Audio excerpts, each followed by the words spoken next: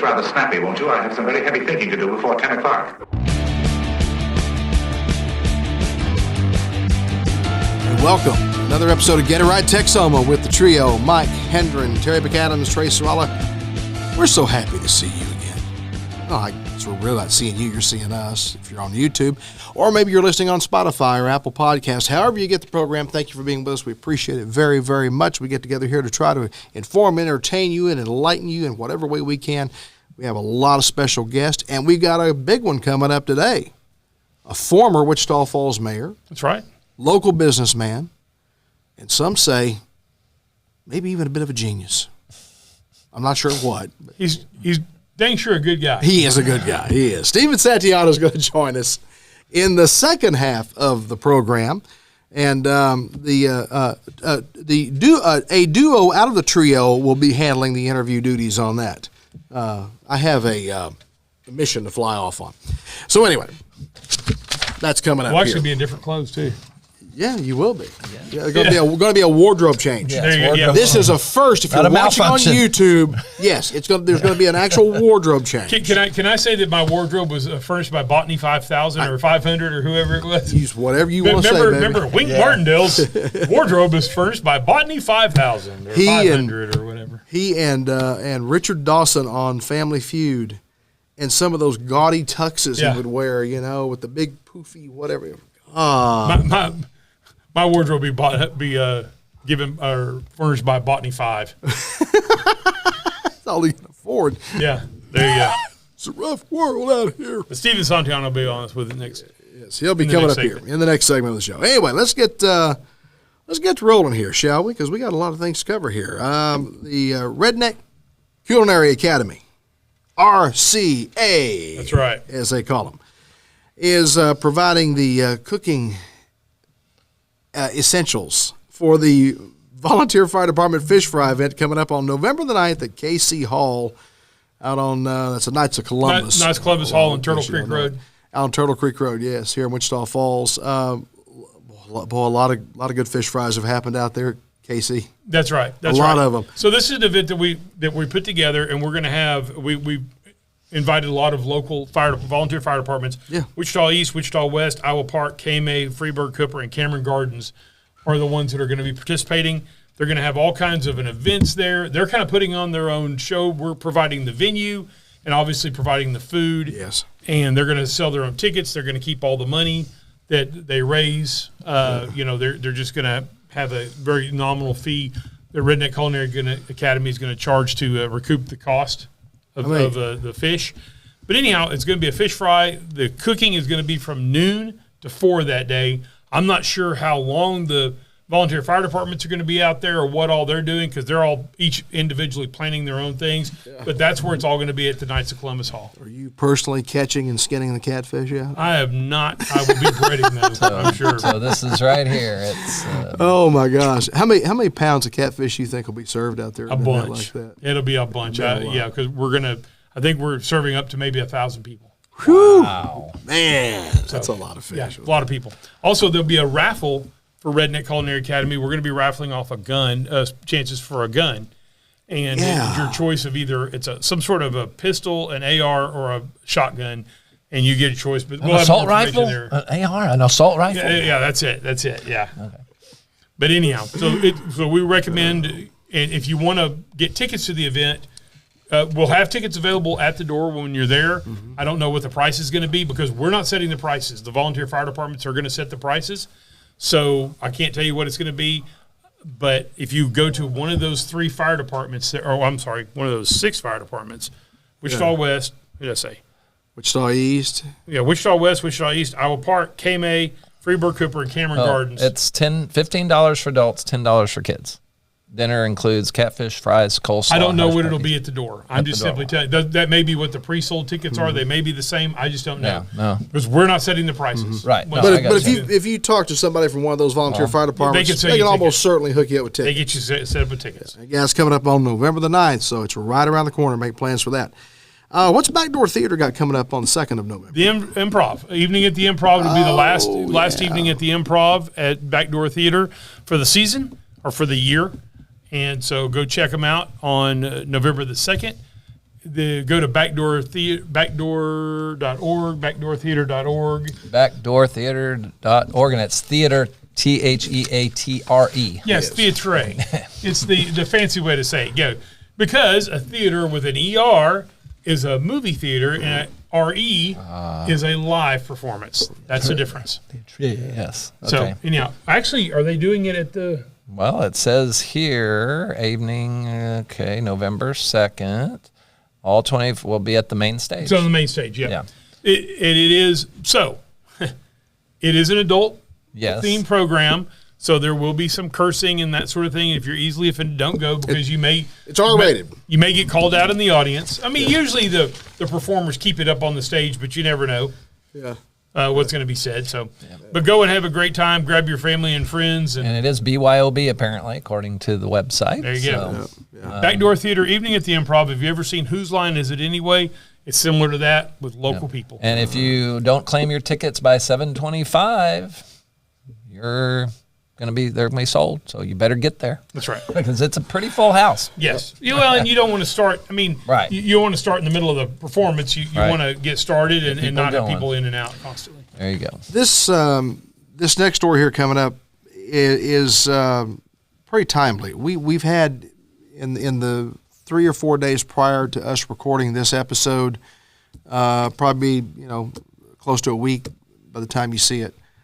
We've had a couple of very serious fatal accidents on the roads in or near Wichita Falls. There was one in Wise County a few nights ago that claimed 2 or 3 lives, I believe. Head-on collision on US 287 near Alvoid. And So it's about 800 miles. about 100 miles away. And then there were 2 accidents on I-44 near Burke Burnett within the last 48 hours or so prior to us doing this show. One involving a motorcycle. The motorcyclist had a blowout, and he suffered some minor injuries. Which is never good. If you only have 2 wheels, a blowout can be pretty devastating. Somebody in a car allegedly rubbernecking caused another accident. So you had 2 accidents there back to back, and then there was another incident later on. So anyway, a research team assigned cities a crash score based on National Highway Traffic Safety Administration data. The latest data they have is from 2022, including the number of crashes related to bad driving, fatalities, positive blood alcohol content, fatalities involving speeding, and fatalities involving driving under the influence. So, someone who's been taking drugs, okay? Of course, blood alcohol content, if you're above 0.08, you're 0.08 or higher here in Texas, you are legally drunk. Right.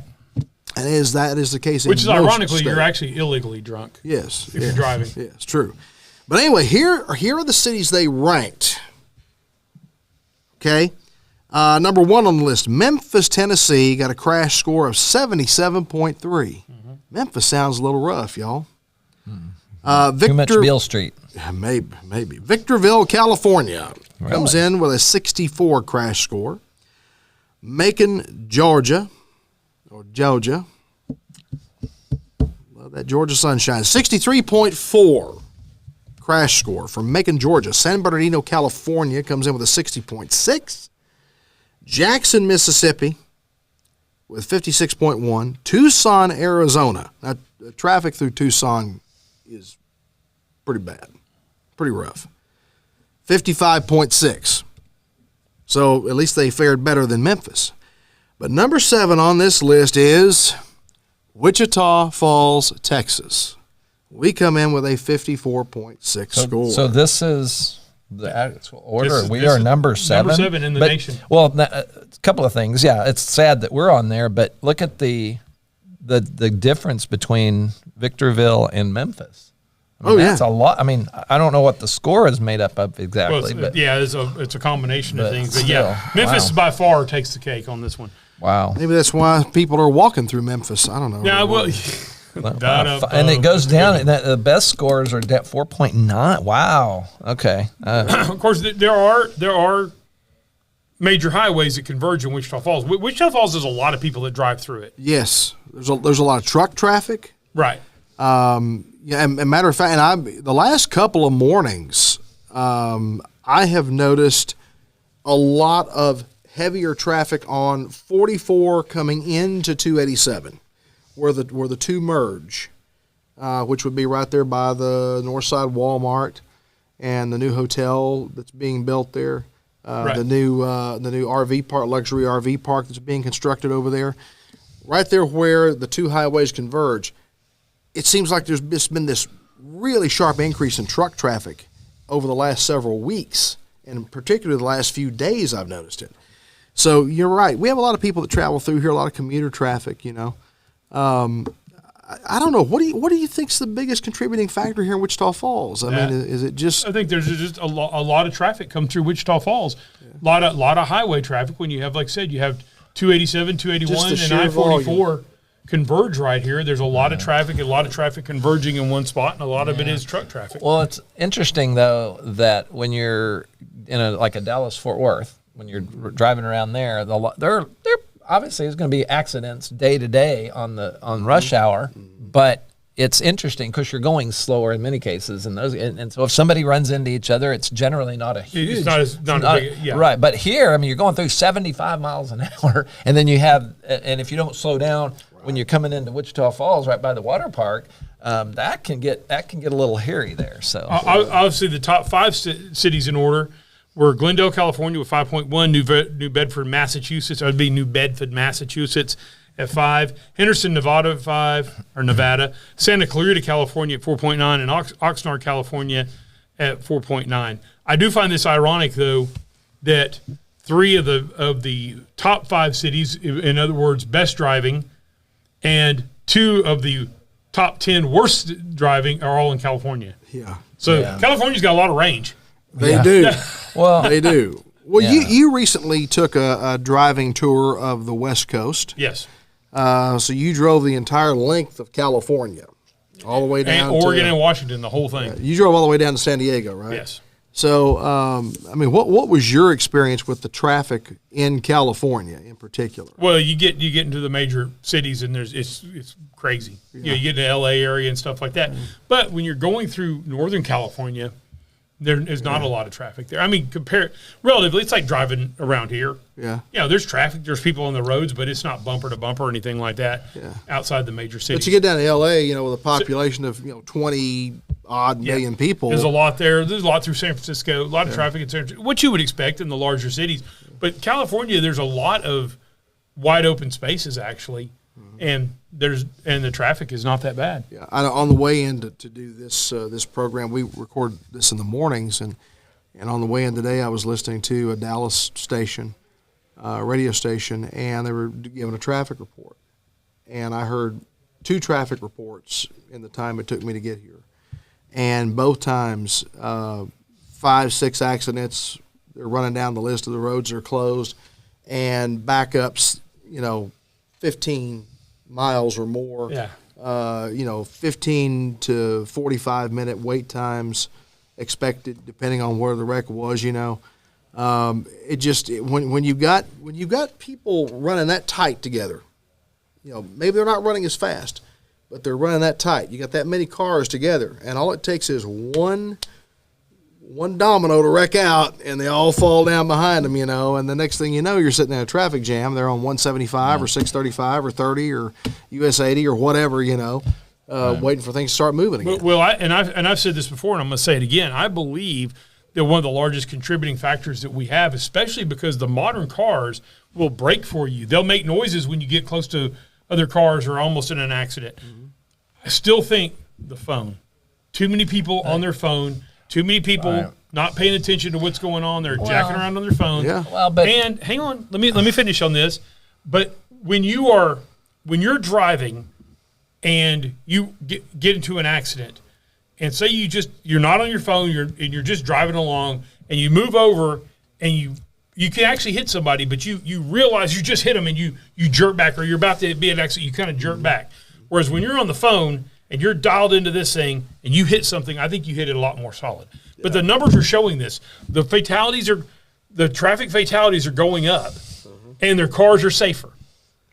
Well, and you look at though that's- also with those accidents, the insurance companies now are starting to take a much closer look.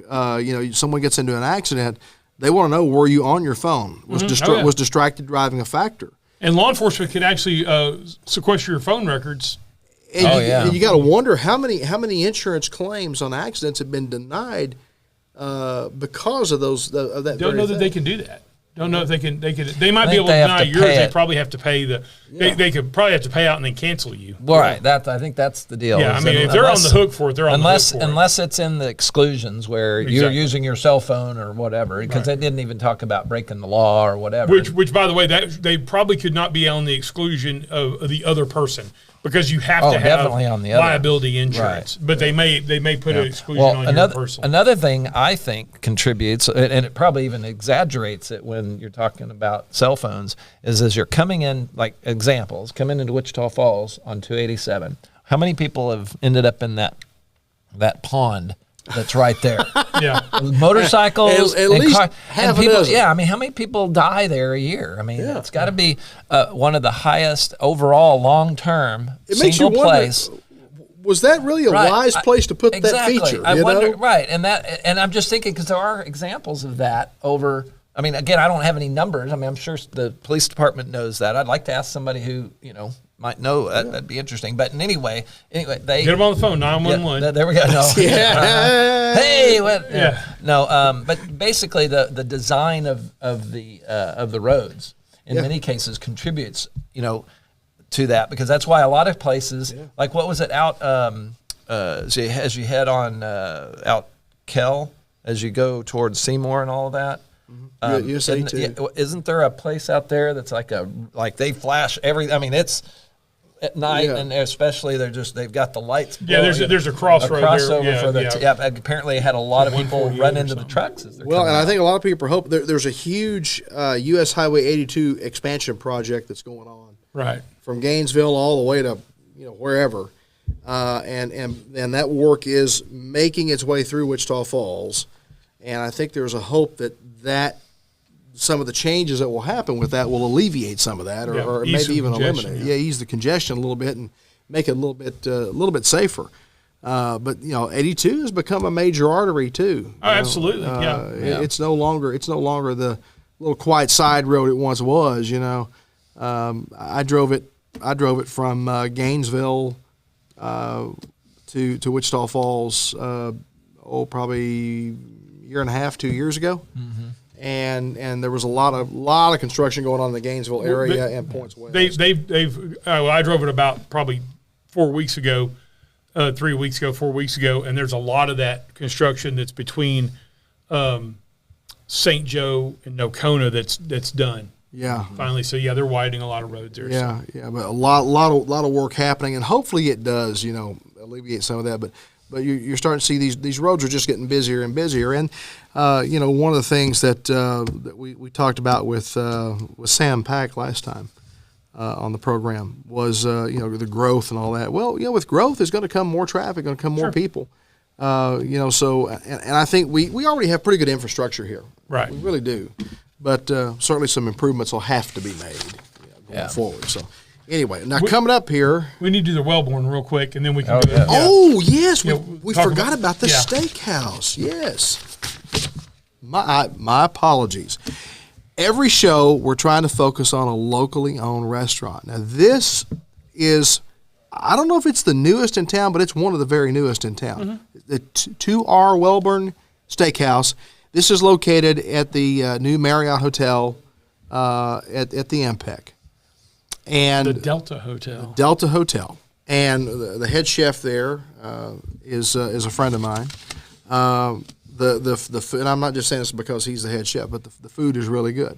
The service is really good. I've eaten there 3 or 4 times now. It's been really good. They've done a really good job.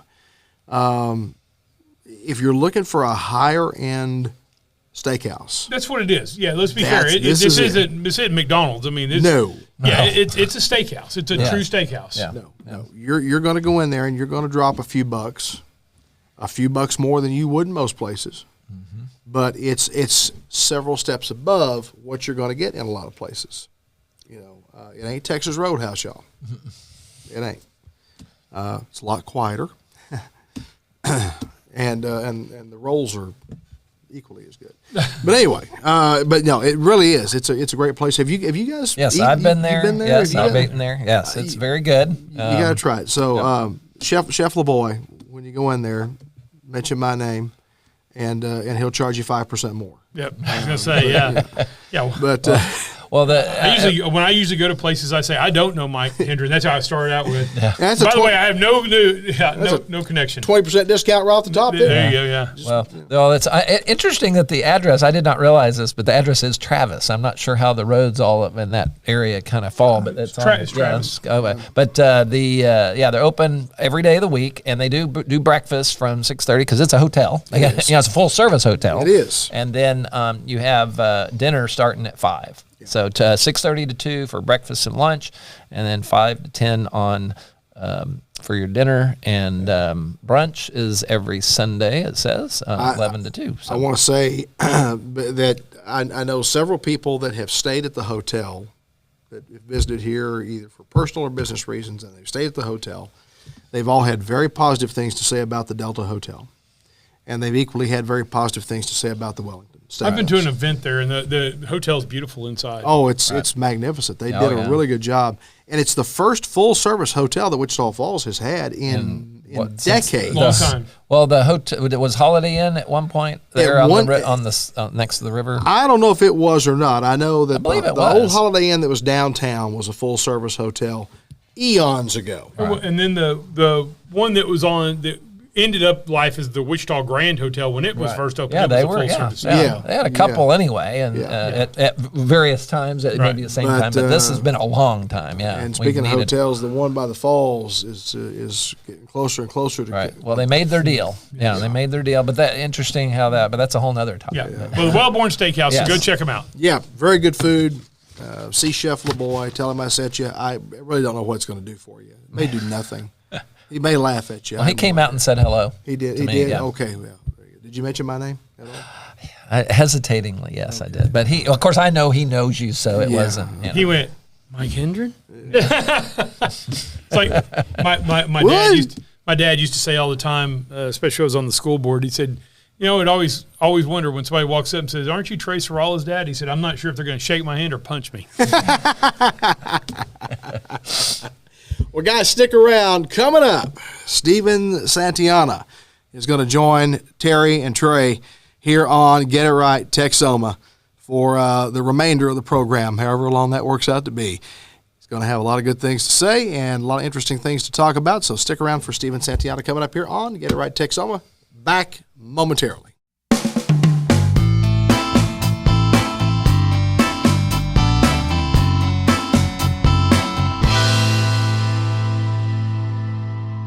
All right, welcome back to Get It Right Texoma with the trio.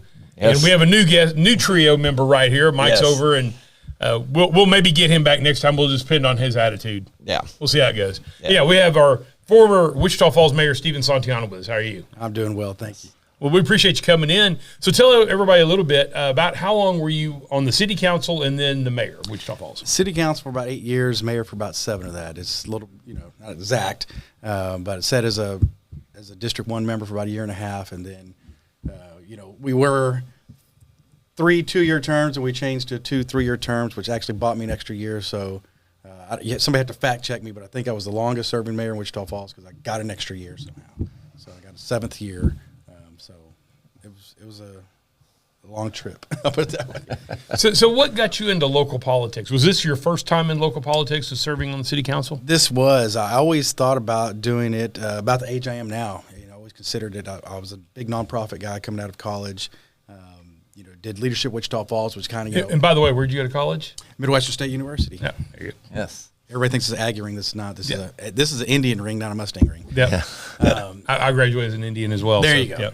Yeah. So getting out of college, did leadership Wichita Falls, kind of, sparked me, put the fire in my belly. I wanted to do a lot of nonprofit stuff, and I did. And never thought I was going to get into council in my 30s because, I always thought of, city councils, these old revered men, attorneys and bankers that, made the decisions. And I had a friend, a local friend here, Ben Hoover, Hoover Law. Yeah. Free plug for them.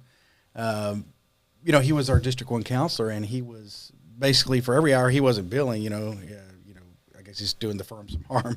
So, they talked to me about it. I was like, you know what, I'll put my name in the hat, and if somebody else signs up, I'll just withdraw. Well, the only guy that signed up was a guy that really didn't want it. He only put like 12 signs out. And here I go, I get elected. And I was like, okay, same thing. I'll give this a couple years, and then surely somebody will take my spot. And about a year and a half in, I was asked to run for the mayor position. And at the time we had Mayor Pro Tem that was a great guy. I loved him. To this day, I love him. I was like, well, okay, I'll do this knowing that, we have a 6-year member, a guy that was in the Air Force, 22-year veteran, flew jets, this guy was great. I was like, I'll lose to this guy, but it would be a great experience. And then when they tallied all the votes up, I didn't lose. So I'm like, okay, I'll do this mayor gig for about a couple of years, and then somebody else will step in, and here we are, almost 10 years later. I served the city for 8+ years. Has that been that long? Yeah.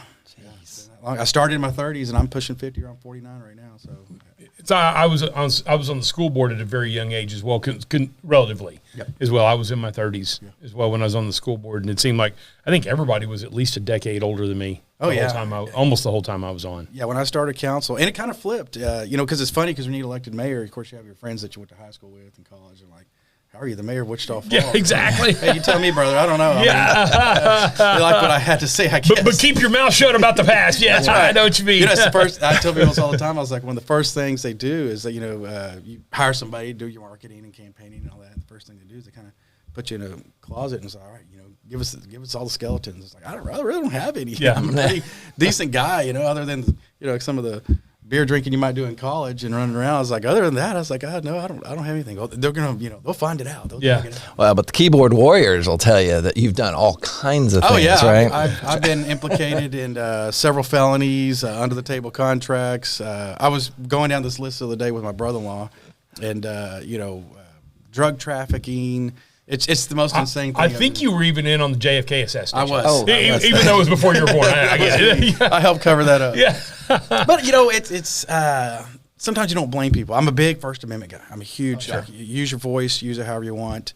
I think people have the right to speak against government. A lot of people are like, how do you deal with that? And I was like, because there's a lot of frustration in the city, state level, national level, and people are just going to spat off what they can because they're frustrated. If I ever got to sit down with somebody, that was really frustrated and was just, spitting off some of this stuff, you're like, wow, the conspiracy theories I call them the black helicopter people. It's always these conspiracy theories. They're following me around. If I ever sat down with them for a cup of coffee or steak or whatever it is, they leave there with a better sense of like, oh man, I had you pinned wrong, or I had the government pinned wrong. It's like, it's just facts. People hate facts. You start hitting them with facts and they don't give me the facts. I like the conspircy theories. Yeah, that's like kryptonite. So what were the years you were? What were the exact years you were mayor? From 2017 until last November. So that was during, of course, COVID. Absolutely. So I have a lot of questions. Not ton, but tell me what was that like going through that?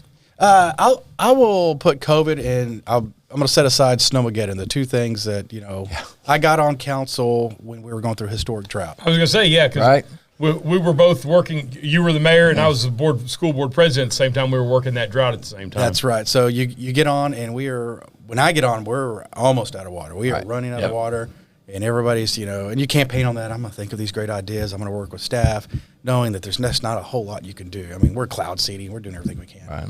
And, about a month and a half later, I get a call. I remember I'm in Gainesville, Texas, and they said, Counselor, you need to come back to Wichita Falls because your district is flooding. I had Tanglewood. And the other new person was Deandra Chenault. She was District 2 East Side, and her district was flooding. Those are two flooding districts. This is 2015. This is as a counselor. Oh, as a counselor. This is when I came right. on. And then, so that was like my first experience with, emergency management. I'm like, what are you talking about? And it's like, it's flooding. I'm like, we were in the historic drought, and now we're flooding. Let's fast forward to COVID. It was the second time that we had a situation, which was unprecedented because nobody knew what to do. There was no playbook for COVID. And I'm depending on staff, and not just our staff, but everybody that had any knowledge of this. And then you're listening to presidents, and you're listening to Fauci, and you're listening to the governor, and you're listening to your health director, and you're trying to make decisions based upon what they say, and what's legal, what's not legal. it was all over the place, and it was stressful because there for a while you see the COVID cases popping up across the state, and of course once we started getting ours here, you start that emergency management mode, and that was tough because there was no playbook on how to manage it. You know, it was like sometimes it was like drinking from a fire hose, all the information coming in, and I'm trying to make the right decision along with Woody Gossam, you know, trying to make the right decision, and basically we were having to mirror whatever the state said. So whatever the governor said, and he'd post these, you know, government order 1, 2, 3, whatever. And now we had to reflect those word for word, sign off on them. So if he said, you know, close down barbershops, we had to reflect that. Most people didn't know there was no real criminal penalty for some of this stuff. You know, this is all state agency driven. So it would have to be a state agency that would bust in the door of a gym and say, hey, you know, quit working out. You know, our police officers couldn't do that. Although we got the calls everywhere. This guy's not wearing a mask. Yeah, Should they wear a mask? Or they're not wearing a mask? Should we eat at restaurants? You know, it was all over the place. I was the first mayor I don't want to say buck the governor because I love our governor, but he wrote, you know, I think it's like GS 18 or something like that. I think he was wrong about COVID, to be honest with you, though. Go ahead. I like him, but I think he was. I think he made a lot of mistakes during COVID. He was up and down, and I think some of the stuff was done on polling. Would you more likely vote for him if he does this or vote? So he would issue these things, and then so I asked our city attorney at the time.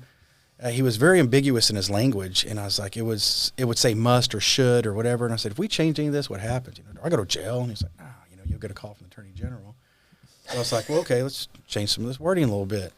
And I remember I was kind of sheltering myself at the lake, and I changed the language. We published it, and then Mayor from Abilene called me and said, are you crazy? And I said, why? He said, the governor's on TV basically calling you like a knucklehead. And the next order was stripping us of all our rights. And I was like, well, great. I did everybody a favor, you know, because we're all having to follow him whether we wanted to or not.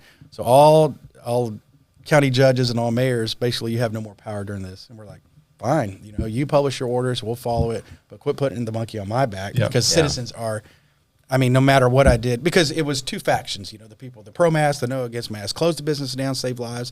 And then you had to go to sleep thinking that, like, what if I don't do this and somebody's grandmother gets sick and dies, and that's on me. So that was just a lot of pressure, and I'm telling people that, you know, whatever the state says we're going to do, that's what we're going to do. For me, I'm not a medical doctor. You know, I don't know what to do. I'm just looking at the data like everybody else. And there was, if you remember in the beginning, so much data. Well, and plus it was contradicting data. It took. I had to go out and search for my own data because I had to make decisions in my store. Much smaller thing, but I had all the people that work for me, all of my customers, and all of their families that I had to be concerned with. And so I had to get real logical data of how am I going to conduct my business. Yeah. And I understand that sometimes when you have those mandates from above, because that used to drive me nuts. I would hear, okay, we need to vote on this thing. And it's like, well, what if I don't want to vote? Well, you have to. It's like, well, then don't even ask me. Yeah. I mean, if so I understand that that's a frustration for you where the governor's saying, here, you need to put this in writing and sign it, but you have to do it. Yeah. It's like, wait a minute. And if it conflicts with you personally, religiously, your own political beliefs, you know, the great thing about city council is, you know, it's nonpartisan. We're not Democrats, We're not Republicans, although we know what hat we wear. I always tell people, you know, a pothole doesn't know if you're black or white, man, woman, Democrat or Republican. It has to be filled as financially, you know, feasible as possible. COVID kind of took that away because it took council, and the very, very conservative people and the not so conservative people were all trying to push forward. And, you know, I was surrounded by good council members my whole term, all my terms. But, you know, COVID is one of those ones where, you know, we're trying to make decisions, but we're being pulled in both directions. We leaned on our health director heavily. Lou Crowther would give us this daily information, information. You know, how many people are in the hospital, how many people are dying. A lot of that sometimes you think is inflated numbers because you think, you know, you hear all this data that, you know, if somebody dies and they get X amount of dollars, so whether it's the flu or whatever, they had a heart attack when they tested positive for COVID, they're going to say it's COVID. But then when you start seeing those death numbers come in daily and you're just like, okay, this is not what I want for the community. And then I told people it's going to be years past COVID before all this data washes out till we get a really true picture of what happened or what's going to happen in the future. You know, everybody you get scared, and then, you know, a scared community is not good. Sheltering in place I didn't think was good. My company was essential, so we got to go. But if somebody got COVID and they rode in a pickup with 4 other people and they weren't wearing masks for more than 20 minutes, you know, I got 5 people sitting at home that I'm paying. And then I think some people caught onto that, saying, "No, I tested positive for COVID," so everybody gets a free 10-day vacation. Right. It was just nuts with the information in and out. And I was explaining to somebody the other day. I was picking up some food, and a couple from Boston was driving through. They were doing the U.S. and the bartender ratted me out and said, "You're talking to the former mayor." And they're like, "Were you the mayor during COVID?" I was like, "Yes." And they're like, "How was that?" And I was like, "Horrible." I mean, I was like, I had a drought/flood in the beginning. I had COVID, and then the worst I really think that I went through personally was Uri, whatever, winter event Uri, Snowmageddon I call it. Yeah. I was like, most people don't realize that little short event was very taxing on the city and myself personally. It was the first time I literally broke down in tears because what can you do? I mean, talking to these people from Boston about, they deal with the cold and all that all the time. It's like, here, we didn't know what to do. These conditions, these long, cold, sustained conditions, the power grid's on. You're hearing that we're about to run out of power again. And the elderly, I had people calling me, we're running out of diesel. Meals on Wheels, that was a big one for me. Hey, we can't get out there and get these meals out. You're taking cat naps, getting about 2 hours of sleep a day. The press is wanting to talk to you. I'm still trying to take care of my own family from freezing to death. And oh, by the way, you have a business to run all the That's right. Yeah. And you're just. It was so much, all in like 72 hours, just pounding on you. I can remember Channel 6 or 3 or somebody called and said, "We want to come over to your house. So if you can make it, come on." And I hadn't, shaved. Usually I'm in the suit and the tie. And they come over and they, kind of look at me, and I was like, "This is it. If you want to do an interview, this is what you get." Yeah. and that was one of the times where I went through this long list of things that I was personally doing, donating money and equipment and employees, begging for people to donate money. And one of the things I said, I'll never forget it, and people still hit me for it, is like, you could do something as little as just go donate pizzas. And I said that because a church was like, "Hey, if you can help, we're not out of food, but we're taking on more people. If you can get," so I was like, yeah. Domino's I actually made the call. Domino's was like, "Hey, we're open. We can make 100 pizzas." So I asked for that, and I took so much flack for that because they're like, "Oh, we're in this great big situation, and the mayor wants to donate pizzas." I'm like, "No, I'm trying to say, on top of all the things that I'm doing personally and all that citizens are doing, that's something else you can do." Because it was one of the last things before the interview. Somebody called and said, "Hey, man, we could use some food down at this church." Well, you know how it is, though. When you're dealing with the media and you're dealing with the public who wants to see any little thing you do and pick it apart, you have to get thick skin, and you have to kind of get good at telling people to piss off. It's like, "Look, this is what I'm doing, and look, how many pizzas are you donating?" Yeah. So you want to pick down with me. It's the same thing as you get these people that go, "Well, Elon Musk only donated, $33 million to a cause, and he's worth billions." It's like, how much did you donate? Exactly. Yeah, I bet all those people who got that benefit for that $33 million or those pizzas, they're way happier than the person who sat on their ass and did nothing and complained. Yeah. That's right. Did you even give $33? Yeah, exactly. Yeah, and you're right. You grow thick skin and you just try to push that aside. But I mean, to this day, I get hit with that, and I'm like, I really wish, and I don't explain myself anymore. I was like, I really wish you people knew, when it comes to emergency management, everything flows through the mayor. And that's one of the first things. You get elected, you go take this class, and they say, during a disaster, it all flows through you. Mm-hmm. And you're like, "What?" And you're like, "Yeah, you sign this document. High state official signs the document. They send it out to the government, and it all flows through you." I was like, "I don't be making all these decisions. I build highways. What do I know about emergency management?" Well, you have an emergency management director, and they're all going to help you. But at the end of the day, they're like, "What do you want to do?" Ultimately, it's your decision. Yeah, I'm like, "Oh my gosh!" So, and it's tough. I enjoyed it, but I never wanted to be a mayor, and a 7-year mayor that was 3 type of disasters. Glenn, I always tell Glenn, I was like, "We had an incredible mayor." Glenn Barr was an incredible mayor, and the last part of his term was just fighting a drought. And then here I had to pick that up, and floods and COVID and snow. Yeah. Well, yeah, that is. I hadn't thought about that until you came. You that happened to hit that sweet spot. Lucky you. Yeah. Well, but what do you think that you through all of those different things? What have you come away with, and personally and professionally, that you gained from all of that? Obviously, Wichitans. It's funny. I love Wichitans. They will sit there and fight each other. You've got the different factions, Tea Party guys, and they'll scream at you, accuse you of everything. But when it comes down two to different downtown farmers markets Yeah. in Wichita Falls, Texas. Yeah. So we'll fight and scream about every little thing, but when it comes to natural disaster, I was so proud of Wichitans helping Wichitans. They didn't care if you're Democrat or Republican. Damn. They didn't care about if you were, Tea Party or not. When I called and said I need people with 4x4 trucks to deliver food, people came out of the woodwork. When I said I've got to figure out a way to get diesel to some of these old folks' homes where the generators are running out, people were coming to. I need, whatever I needed, and I put the call out there. People were helping people, pulling old people out of homes. There's a guy, I can remember they tell me he was wrapped up in a rug, had his dog. His house was like 30 degrees. His neighbor, who really didn't even like him, was like, I better go check on Bob. And there he was, and cops, we pulled him out and got him warm, got him to a church. I was like, everybody sets all that stuff aside. The couple of times where this community's paused, I know Snowmageddon's one. COVID kind of drove a wedge between us. I always talk about the Lon DeVazzo shooting over there by McNeil. Mm-hmm. That's right. The Lon DeVazzo family, I tell them all the time, I was like, this community kind of paused and didn't matter who was what. They just wanted to get the shooter. It didn't matter who you were. Black, white, man, white, old, young. It doesn't matter. They just go get this guy. And the community kind of just paused, and whatever we could do to help, we're going to help.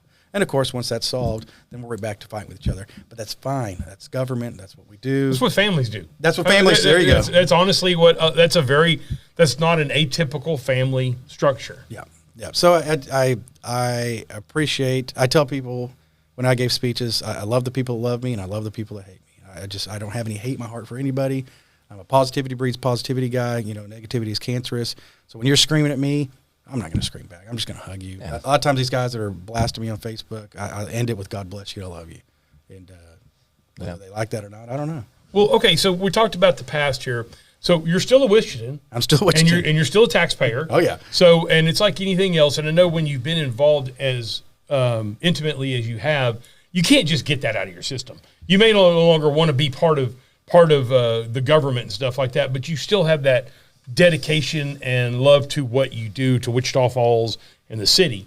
So now we have of course, new mayor, relatively new city council. We're going to have some more people on the city council. We're going to have at least one new member of the city council. Yep. Well, not necessarily, because we'll have two for sure. But Larry. Larry could win. Yeah, but if he wins, somebody's got to take his place. So eventually, yes, we'll have at least two new members. District 1 will be replaced, so we'll have at least 2, possibly 3. Correct. Yeah. Okay. So that being said, now city manager is leaving, so there's going to be some change there in government. What are your thoughts, or what are your kind of hopes for Wichita Falls as we move into this new era with city management?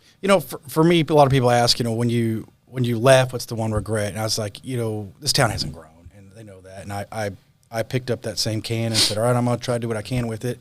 I always tell people, my goal, I knew in my terms I wasn't going to be able to go from 100,000 people to 120. I mean, it's impossible. Right. Something has to happen, a great big oil find or something has to happen in our town for that.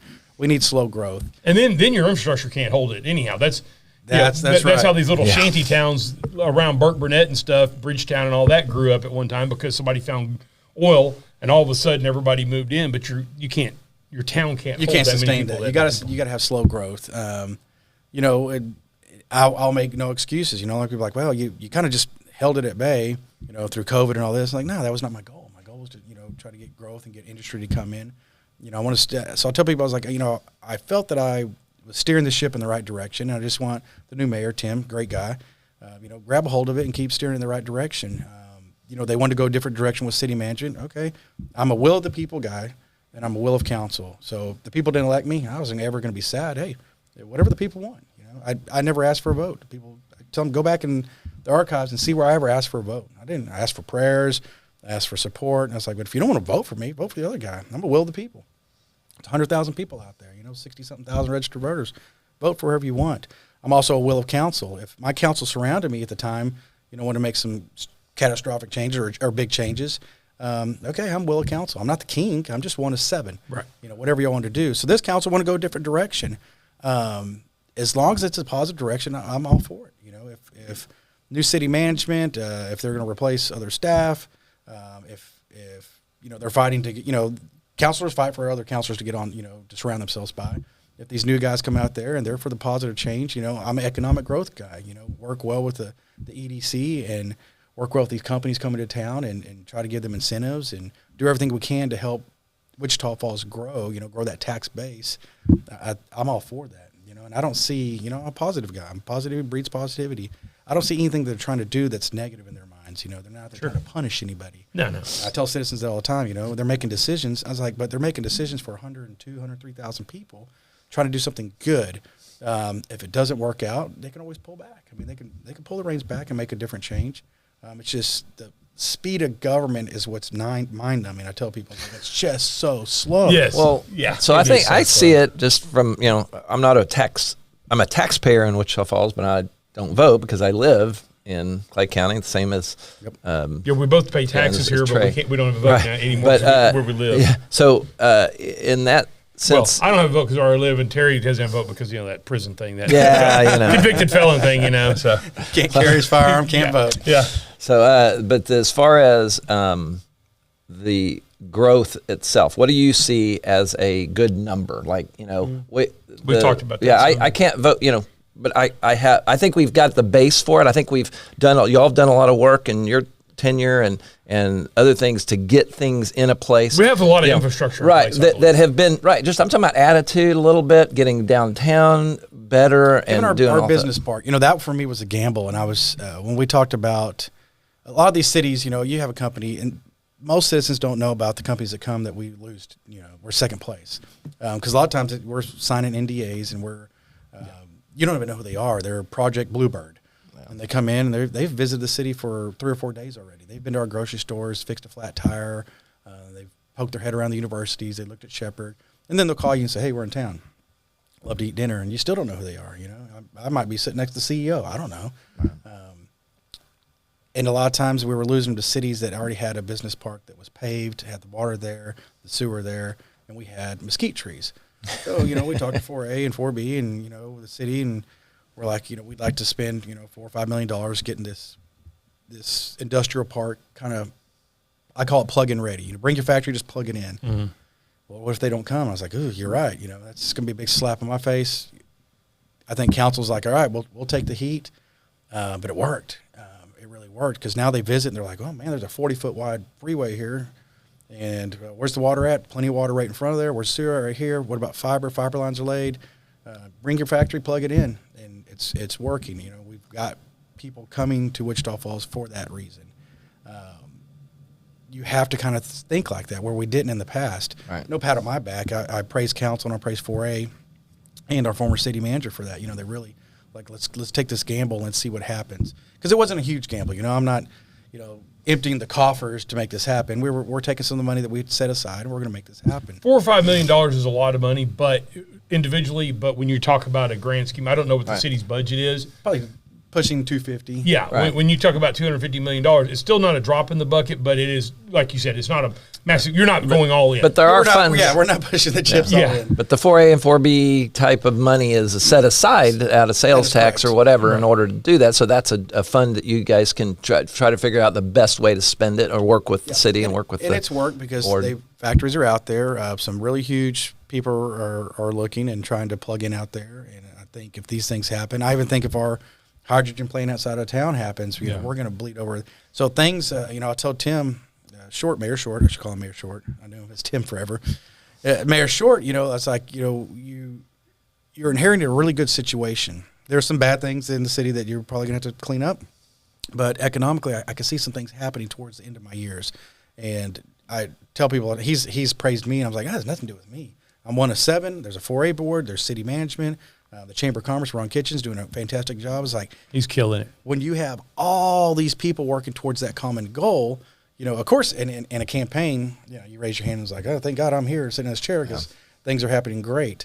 But truthfully, I never wanted to say that. I always talked about things in the sense of a council. There's a council of us, not me.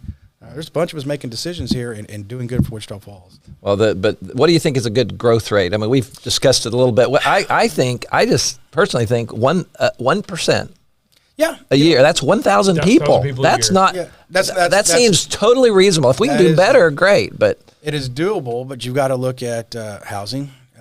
in infrastructure. The infrastructure that can was kicked from the 50s, 60s, 70s all the way down. And we prayed for this downtown growth. I called it a 10-year plan, and it came so quick. I mean, when downtown started developing, it came quick. But as they started opening half pints and you're flushing 12 more toilets and your old clay lines aren't sustaining that, we're like, oh, gosh, we never thought about, we're adding all these bodies down here. What was that going to do to our infrastructure? So we have some very aged infrastructure.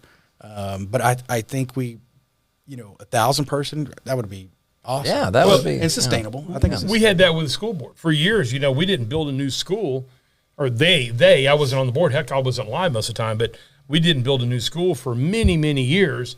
And I got on, and we built a couple of elementary schools, and then we rocked along a little bit, did a whole bunch of renovations, elementary schools, and we built the CEC Center. Yep. And I was board president then. I got off, but after I was off, since then they've built 2 new high schools. Yeah. And so it does happen. It's one of those things like that can gets kicked down the road so long, and then you have a group of people, and I think you guys started this. Your mayor and your council group started this going, we can't do this anymore. That's right. We cannot kick this can down the road because at some point the can's going to have so many holes in it, it's worthless. So we've got to start doing things. And I think that's what happens is you get that going. But the nice thing is we've seen it, like I said, with the school district, you get a little momentum, and then you get a little momentum, and then you get a little momentum, and it gets bigger and bigger and bigger. And I think your group started that. All right. Well, go ahead. I was going to ask on that. What do you think failed or caused the bond proposals to fail? Education of those bond proposals. Because the problem is once you sign up and you bang the gavel, we're going to have these bonds, I can no longer advocate. That's right. And educate. Yeah. I want to tell people right now, we're redoing Memorial Auditorium and all the city offices, okay? That thing is old. It sits on an old Oxbow Lake. If people don't know what that is, the river had a big bend in it. We filled the bend, made the river go straight, and that's where they built it. We've spent you're throwing millions at it. And I use the old Cadillac model. If I'm driving an old 75 Cadillac, and every month I'm dumping $500 for oil and parts, wouldn't I be better off buying a brand new Chevy where I know what my payment's going to be and I'm going to have some deferred maintenance for a lot of years? When we're proposing things like a fire police central station, $70 million, people see $70 million. Yeah. But where I wanted to educate the people is like, do you realize how many millions we spend on this old building that would make that payment? Just the energy efficiency, going into LEDs in an energy efficient building would make about half the payment. I was like, so the citizens aren't going to be out any money. It's going to be a swap. But if you continue in this building, you're going to be out lots of money. I am burning cash trying to keep this building alive. And now, people are going to be there a long time because it's now being renovated. Yep. Anthony Inman Construction is doing a fantastic job. And it'll be a beautiful building. It's still going to be a 100-year-old building. Which is fine. If that's what the citizens on Oxbow Lake. On Oxbow Lake. And it's crazy because, bonds are just the biggest dirty word in Wichita Falls. 80% of bonds statewide pass. At the same time we were doing ours, Abilene did 12. 12 out of 12 passed. Abilenians. They just get it. I mean, they were Abilenites. Whatever they are, they were just like, go fix it, make it brand new. Well, the one that passed here was the one that goes to the damn Walmart. That's right. That tells you Wichita Falls. Look, I've told people all the time, man, I love Wichita Falls too, but I will tell you, I talk to people from all over the country, and I tell people, I said, if it gives you any idea, it's 100,000 people, and we have 3 Walmarts. So kind of closing out here, we've talked about the past, we kind of talked about the future here. So do you have any final thoughts or words? One thing I will say that I actually participated in something the other recently that you started, Taco Fest. Oh yeah, and that has turned into a massive deal. I think it's awesome. I was down there. I was asked to be a judge this year, which was great. And then I walked around the event, and it was just so many people. So real quickly, tell people how that started. That started from a citizen that got. He's one of these citizens. If I say the sky's blue, he's gonna say it's red. No matter what we do at the city, it's the wrong decision. And real quickly, let's be sensitive. You are Hispanic, right? I am Hispanic. No, I am Hispanic. I do love me some tacos. Guess what? I'm a white boy, and I love me some tacos. And that was my point. So he started messaging me privately, and some of the nastiest filth you've ever had. And I tell people, I grew up with my father telling me, you're going to run into that occasionally. I went to Holiday High School, mostly all-white school. Every now and then you might hear something. I just let it. I just doesn't bother me. Yeah. It doesn't affect my life if you don't like me because I'm Hispanic. It just doesn't. So he's putting all this stuff, and it was one you catch me at the wrong moment kind of things, and I'm typing feverishly, probably some pretty bad stuff too, and then I stop and I'm like, no, I can't sit there. I'm the mayor. Delete it all. You know, we've all done it. You know, delete. I'm not gonna say that. And then I said, I'm about to make you famous, and he was just like, what? I don't know. And so I put it out there on Facebook. You know, raise your hand. Put the little emoji guy raising his hand. Basically, I blacked out his name and I put what he put. He had called me a taco boy. He loves, still to this day, call me taco boy, taco eater. And I was like, okay. And I was like, I think eating tacos in the state of Texas is a badge of honor. Raise your hand if you love tacos. If I get 1,000 hands raised, I'll have a citywide taco party.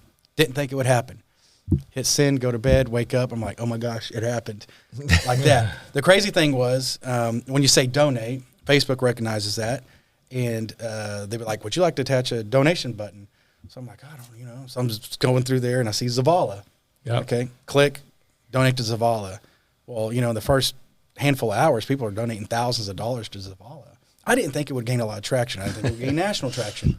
So they throwing this together. Hey, man, somebody called me from Zavala. And I was like, oh, my gosh, I forgot to tell you.